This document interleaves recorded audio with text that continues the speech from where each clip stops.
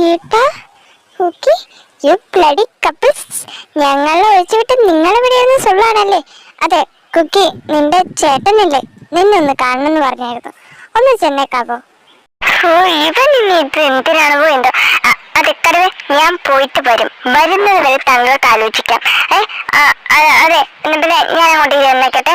അതെ ഇതിന്റെ ജീവനോട് വെച്ചേക്കണേ. നീ എന്തൊക്കെ ചെയ്തിട്ടും എന്തൊക്കെ പറഞ്ഞിട്ടും ഒരു കാര്യമില്ല കുക്കി. എന്റെ ഉത്തരം നോന്ന് തന്നെയായിരിക്കും കേട്ടാ. നോ.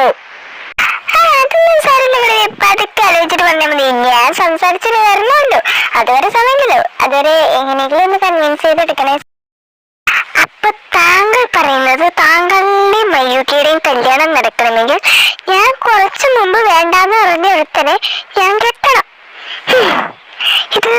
എടി ചപ്ലാങ്ങത്തലിച്ചി, ഞാൻ പറഞ്ഞത് അങ്ങനെയല്ല. നമ്മുടെ പപ്പയുടെ സപ്പോർട്ട് എനിക്കും മയൂകിക്കും കല്യാണം കഴിക്കാൻ ഉണ്ടാവണമെങ്കിൽ നീ ഏട്ടനെ കിട്ടണം, ഇവാനേട്ടനെ കെട്ടണം. അല്ലെങ്കിൽ അതുണ്ടാവില്ല. അപ്പൊ വേണേ കല്യാണം മുടക്കുമായിരിക്കും, അത്രേ ഉള്ളൂ. നിന്റെ ഇഷ്ടങ്ങൾക്ക് ഏട്ടൻ എന്തായാലും വില കൊടുക്കും. നിനക്ക് ഇഷ്ടമുണ്ടെങ്കിൽ നീ അതൊന്നും ചെയ്താൽ മതി എന്നീ പറയുന്നുള്ളൂ. ഈയുടെ ഉണക്കമോറ, നിന്റെ തലയിൽ കളിമണ്ണാണോ അത് പുണ്ണാക്കാണോടാ കയറ്റി വെച്ചിരിക്കുന്നത്? ഇത് നിനക്ക് കുറച്ച് മുമ്പേ പറഞ്ഞിരുന്നെങ്കിൽ ഈ പ്രശ്നമൊക്കെ നൈസായി സോൾവ് ചെയ്ത് തരുന്നായിരുന്നു ചേച്ചി. അതും അറിയാതെ എടി മോഡലൊക്കെ ഉണ്ടായോളേ. എടി നിന്റെയും എന്റെയും തന്തപ്പടി ഇപ്പോഴാണ് എന്നോട് വന്ന് പറയുന്നത് ഇങ്ങനെയൊന്ന്. നേരത്തെ ഇത് അറിയായിരുന്നെങ്കിൽ ഞാൻ നിന്നെ വാൺ ചെയ്യില്ലേ. ആദ്യം തന്നെ ഞാനായിരിക്കും നിന്റെ ചെവലപ്പെട്ടി നോക്കി വെള്ളം പൊട്ടിക്കുന്നത്. നീ ഇഷ്ടത്തിനും കഷ്ടത്തിനും ഒക്കെ കൂട്ടുന്ന നിന്നെ വഷളാക്കിയെന്നാ ഇപ്പൊ എല്ലാവരും എന്നെ കുറിച്ച് പറയുന്നത്. എന്റെ ഒരു തലവിധി ഇതുപോലൊരു സാധനത്തെയാണല്ലോ ദൈവമേ എനിക്ക് നിന്നോട് ഞാൻ 1000 തവണ പറഞ്ഞതല്ലേടാ അവളെ കെട്ടുന്ന്. അപ്പൊ നിനക്കത് പറ്റത്തില്ല. അത് എന്നിട്ട് ഇപ്പൊ പ്രേമിച്ച് പണ്ടാരം തുടങ്ങിയിട്ട് മനുഷ്യന് തലയിൽ കയറാൻ നിനക്ക് അല്പമെങ്കിലും ഉളുപ്പുണ്ടാ? ഉളുപ്പ്. ഓ ഇതുപോലൊരു സാധനം ശിവനെ ഇനി ഇതിന് സഹിക്കണമല്ലോ. എടി കാട്ടുപോത്തെ അറിയാതെ പറ്റിപ്പോയടി ഒരു അബദ്ധം. അവനവൻ അബദ്ധം പറ്റി അവനവൻ സഹിക്കണം, അല്ലാതെ ആരാന്റെ നെഞ്ചത്തോട്ടേക്കല്ല അയച്ചു വിടേണ്ടത്. ഓരോന്നൊപ്പിച്ചിട്ടൊരു മനുഷ്യനെ ഇട്ട് മുക്ഷ എന്നാട്ടാ വരപ്പിക്ക് വെച്ചോക്കെ. എടാ നിനക്ക് ഉളുപ്പുണ്ടാ? എന്റെ പൊന്നെ നമിച്ചു ഞാൻ. ഇനി ദയവ് ചെയ്ത് അറിഞ്ഞോ അറിയാതെയോ പോലും ഒരു സഹായവും ഞങ്ങൾക്ക് ചെയ്തു തരണ്ട അവിടുന്ന്. ഇതുപോലൊരു ജന്തു എന്റെ അന്യത്തേതന ഒന്ന് ജനിച്ചല്ലോ.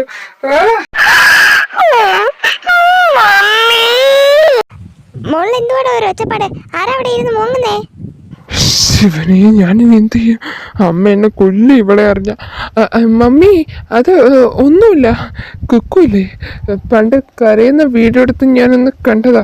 എൻ്റെ പൊന്നല്ലേ, കരയില്ലടി, മുട്ടായി മേടിച്ചേരാടി, കരയല്ലേ. മമ്മി പോയി കിടന്നോ. ഞാനേ ഇപ്പൊ കിടന്നോളാം. മമ്മി ടെൻഷൻ അടിക്കണ്ടേ, കിടന്നോ. മുട്ടായൊന്നും മേടിച്ചു തരണ്ട, പകരം എനിക്കൊരു കുഞ്ഞു ഹെൽപ്പ് ചെയ്തേ. ഒരു ചിന്ന ഹെൽപ്പ്.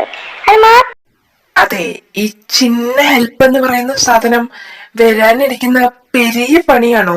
വലിയ വല്ല പണിയാണെങ്കിൽ അമ്മ സത്യം നിന്നെ ഞാൻ വെട്ടും. 2 തുണി.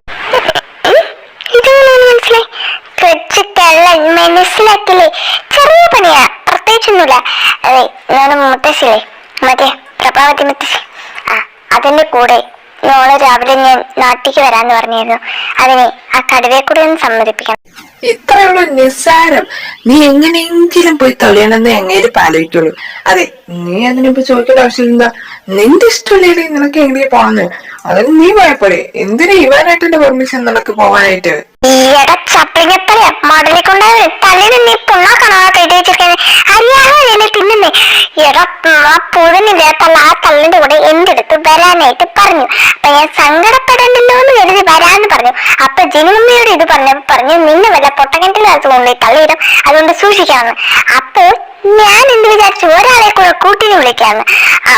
നിന്നെ വിളിക്കാന്ന് വിചാരിച്ചാ നീ അതിന്റെ മയൂക കൊച്ചിനെ ഇരുത്തി കരയിപ്പിക്കുന്നവനല്ലേ, നിന്നെ അതിന് ഉറപ്പായിരിക്കും. അപ്പൊ പോയാൽ നമ്മള് 2 പേരെയും തള്ളിയിടുമായിരിക്കും. അതുകൊണ്ട് മയൂക്ക് വിളിക്കാൻ പറ്റില്ല, കാരണം അവൾക്ക് വാക്സിൻ വീട്ടുണ്ടല്ലോ. പക്ഷേ ആകെ അതിന്റെ വീക്ക്നെസ് ആയി. അപ്പോ അവരുടെ ഏറ്റവും വലിയ വീക്ക്നെസ് ആയിട്ടുള്ള ഇവാനാറ്റനെയും കൊണ്ടുവേണം പോവാൻ. അത്രയല്ലേ ഉള്ളൂ. പക്ഷേ നീ ഒരു കാര്യം ആലോചിക്കണം. നീ അപമാനിച്ച് പണ്ടാരും ഇളക്കി വിട്ടിരിക്കുകയാണ് ആ മനുഷ്യൻ ഇന്നൊരു ദിവസം കൊണ്ട്. അങ്ങനെ ഇനി പുറത്തിറങ്ങണേ തലയിൽ തുണിയിട്ട് വേണം നടക്കണം എന്നാ വിചാരിക്കുന്നത്. ആ മനുഷ്യന് നിന്റെ കൂടെ വരണമെന്ന് പറഞ്ഞാൽ അതെങ്ങനെ നടക്കും? ഇതുപോലൊരു പൊട്ടൻ, അതാണല്ലോ നിന്റെ ജോലി. സമ്മതിപ്പിക്കലാണ് താങ്കളുടെ ജോലി. അല്ല ജോലി, ചോദ്യമല്ല ജോലി. എന്നാലല്ലേ തന്റെ കാര്യം നടക്കത്തുള്ളൂ. പുര കത്തുമ്പോ തന്നെ പൊന്നുമോൾക്ക് വാഴ വെട്ടണോ അല്ലേ? ചെറുതായിട്ട് ഇപ്പൊ ഒരു മനസ്സുകൊണ്ട് പൊന്നാശാനെ പറഞ്ഞ നിനക്കത് മനസ്സിലാവത്തില്ല. അപ്പൊ അങ്ങനെ എത്രയും വേഗം ഒന്ന് സെറ്റ് ആക്കണേ. അപ്പൊ നമ്മുടെ ശരി എല്ലാം okay. Tata bye bye, set എല്ലാം സെറ്റ്. അപ്പൊ tata bye bye, see you. നടത്തേ. അയ്യോ കുട്ടി, ഒന്നും പറ്റില്ലല്ലോ നിനക്ക്. കുട്ടി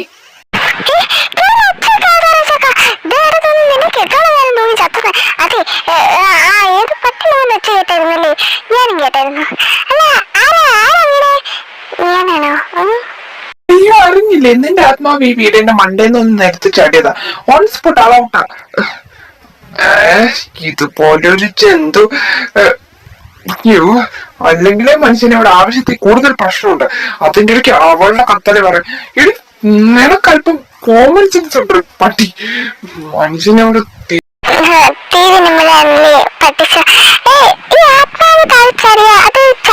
നമ്മൾ ചത്തൽ ആത്മാവല്ലേ ബാക്കിണ്ടാവുക? വേണ്ട, എനിക്ക് മനസ്സിലാവും. ഈ ദേശീയം എനിക്ക് മനസ്സിലാവും. അല്ല, ചത്തഴിഞ്ഞാൽ നമ്മളെ ബോഡിയിൽ ആത്മാവ് മാത്രമേ ഉണ്ടാവുള്ളൂ എന്നുള്ള ചിന്തയിൽ എനിക്ക് ഒന്ന് ചോദിച്ചേട്ടാ.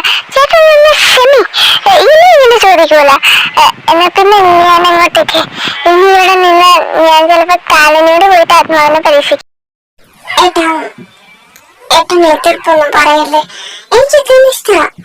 ഇതാണ് എന്നെ ഇഷ്ടാ. നിങ്ങള് എങ്ങനെ വെച്ച് സെറ്റാ? ഏട്ടനും കൂടെ ഒന്ന് സപ്പോർട്ടല്ലേ തരാലോ. അപ്പൊ നിങ്ങളെല്ലാം ഒരുമിച്ച് കുക്കും.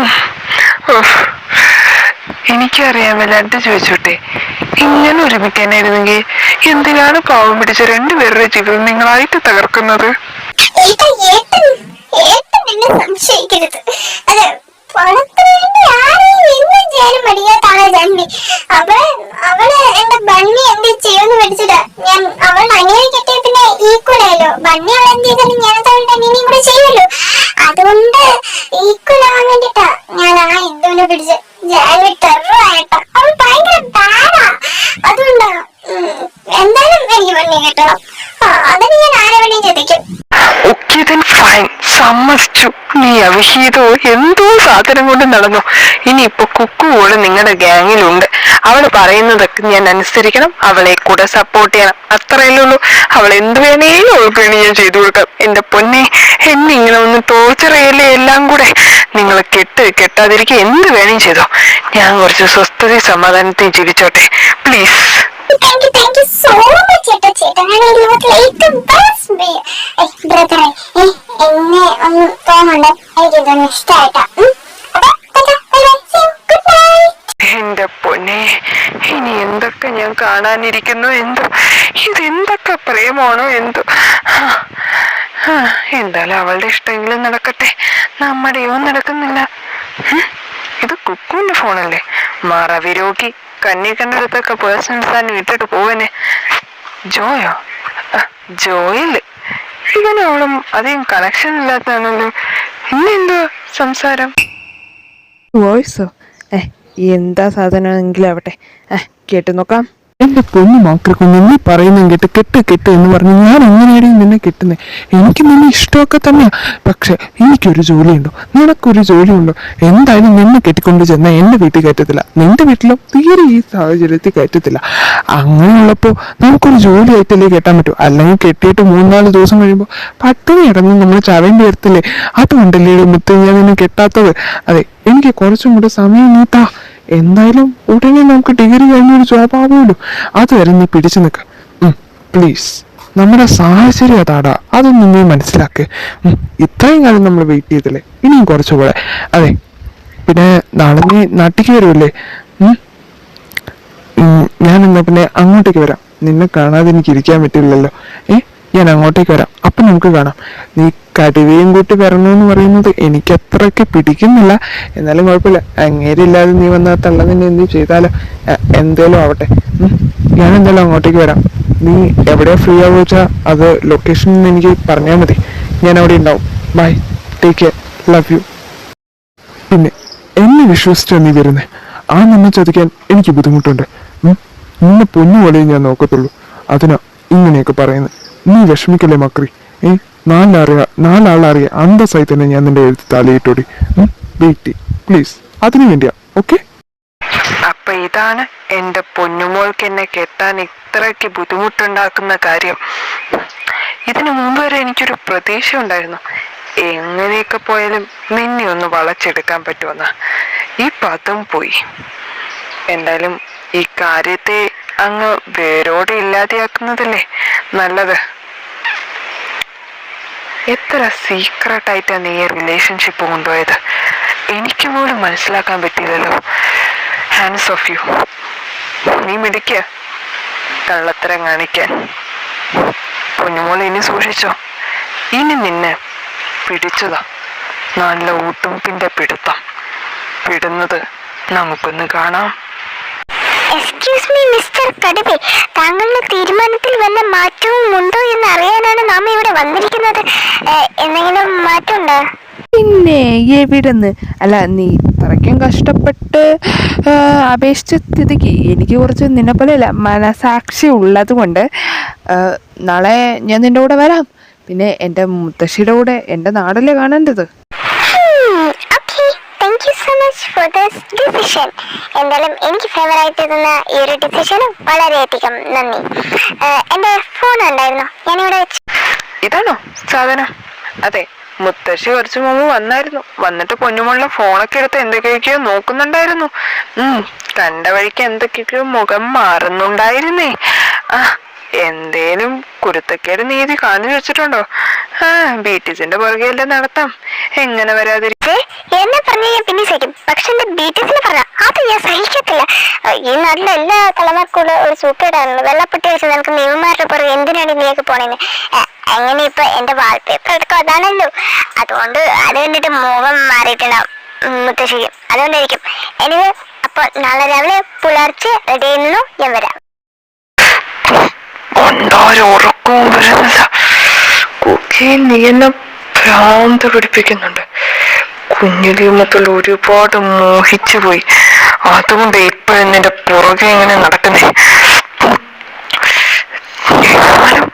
ആ ജോലിയിൽ നീയും എന്തായാലും നടന്നു. ഇനി നടക്കേണ്ട കാര്യങ്ങൾ നടത്തിയെടുത്തേ പറ്റൂ. എനിക്ക് എത്രയും വേഗം ഒരു പേക്കടിക്കാം. അതാ ഇപ്പൊ എനിക്കുള്ള ഏക ആശ്വാസം. എന്നാലും നീ ഇങ്ങനെ ചെയ്യുമെന്ന് ഞാൻ വിചാരിച്ചില്ല. എന്നാലും ആരായിരിക്കും ജോ അയച്ച മെസ്സേജ് കണ്ടത്? മുത്തശ്ശനെ ആയിരിക്കും. അതുകൊണ്ടായിരിക്കും എന്നോടൊന്നും പറയാതിരിക്കുന്നേ. എന്നാലും സൂക്ഷിക്കണം. ആരും ഒരാളെ കണ്ടിട്ടുണ്ട്. എന്റെ കള്ളത്തരം പിടിക്കപ്പെടുമോ?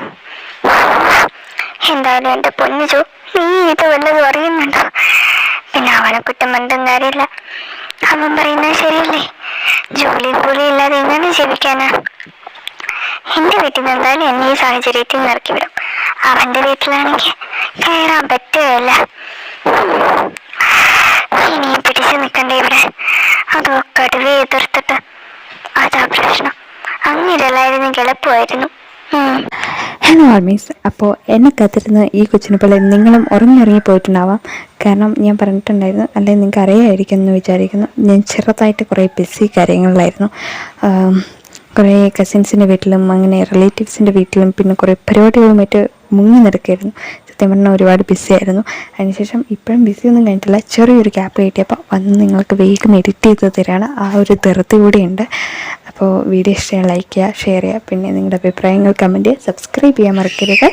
അപ്പം അത്രയൊക്കെ പറയാനുള്ളൂ. എന്നെക്കൊണ്ട് പറ്റുന്ന രീതിയിൽ ഫാസ്റ്റായിട്ട് എത്രയും വേഗം അപ്ലോഡ് ചെയ്യാൻ ശ്രമിക്കുന്നുണ്ട്. 8, 9, 10 ദിവസങ്ങളായി വീഡിയോസ് കിട്ടിയിട്ട്. അത്രയും ദിവസം ഞാൻ എൻ്റെ വീട്ടിലല്ലായിരുന്നു. മറ്റൊരാളുടെ വീട്ടിൽ പറ്റി നമുക്ക് ഈ കാര്യങ്ങൾ എഡിറ്റ് ചെയ്യാനും പറ്റില്ല. ആ ഒരു സിറ്റുവേഷൻ ആയതുകൊണ്ടാണ്. അപ്പോൾ tata bye see you. Like ചെയ്യാനും സബ്സ്ക്രൈബ് ചെയ്യാനും പിന്നെ ഷെയർ ചെയ്യാനും മറക്കരുത്. കമൻറ്റ് ചെയ്യുക നിങ്ങളുടെ അഭിപ്രായങ്ങൾ. ഓക്കെ.